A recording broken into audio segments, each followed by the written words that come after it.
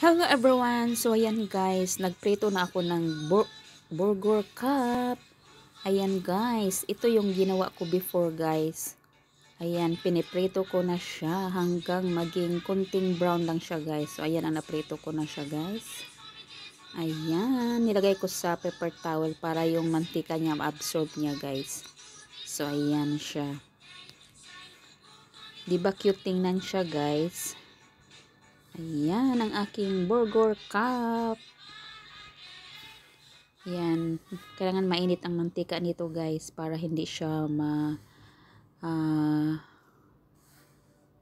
magkahiwalay-hiwalay. Ayan, nilagay ko na sa siya, 3. Nilagyan ko ng paper towel para ma-absorb yung mantika niya guys. So ayan na siya. Palamigin ko lang ito siya guys, tapos lalagyan na ito ng kasama ko ng palaman sa loob. So ayan siya guys. Ayan ang aking burger cup. So ayan, fry na yan siya guys. So ito na yun siya guys. Nilagyan na ng kasama ko ng labna, roman o pomegranate at saka spent. So yan lang ang nilagay yan guys. Nilagyan ko lang konting decoration. So ayan, ready to serve. Burger cup with labna.